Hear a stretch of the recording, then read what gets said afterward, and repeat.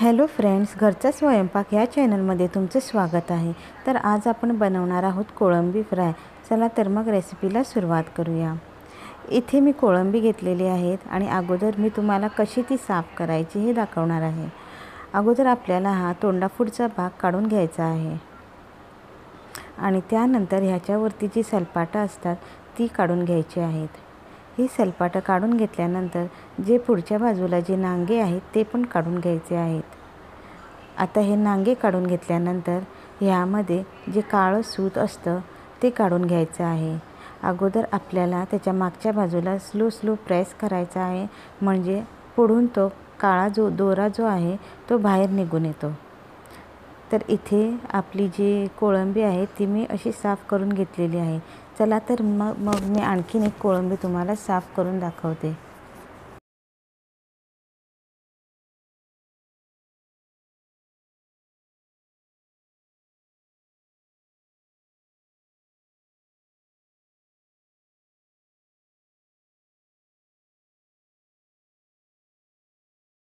आता इथे मी एक एक करून सगळी कोळंबी साफ करून घेतलेली आहे। आता ह्याला आपण पाण्यामध्ये घालून एकदा ते दोनदा ह्याला स्वच्छ धुवून घेऊया। इथे मी कोळंबीला स्वच्छ धुवून घेतलेली आहे। आता इथे आपण फ्रायची तयारी करूया। इथे मी त्याच्या अंगापुरतं मीठ इथे वापरलेलं आहे। अर्धा चमचा हळद घालायची आहे, अर्धा चमचा लाल तिखट घालायचं आहे, अर्धा चमचा धने पावडर घालायचे आहे आणि 1 चमचा गरम मसाला पावडर घालायचा आहे। आता इथे मी 1 चमचा काश्मीरी लाल पावडर वापरलेला आहे आणि 1 छोटा चमचा जिंजर गार्लिक पेस्ट। आता हे सगळे मसाले आपल्याला व्यवस्थित कोळंबीला चोळून घ्यायचे आहेत आणि आता इथे मी 1 चमचा लिंबाचा रस वापरलेला आहे। व्यवस्थित मिक्स करून आपल्याला कोळंबी कमीत कमी 20 मिनिटं तरी मॅरिनेट करण्यासाठी ठेवायचं आहे। आता आपण इथे 20 मिनिटासाठी हे मॅरिनेट करायला ठेवणार आहोत।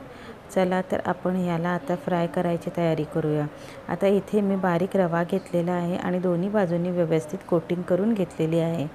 एक एक करून मी सगळ्या कोळंबींना कोटिंग करून घेतलेली आहे। आता आपल्याला तवा घ्यायचा आहे आणि त्यामध्ये 2 टेबलस्पून तेल घालायचं आहे आणि एक एक करून कोळंबी अशी तेलामध्ये सोडायची आहे। तेल गरम झाल्यानंतरच ही कोळंबी जी आहे तेलामध्ये सोडायची आहे।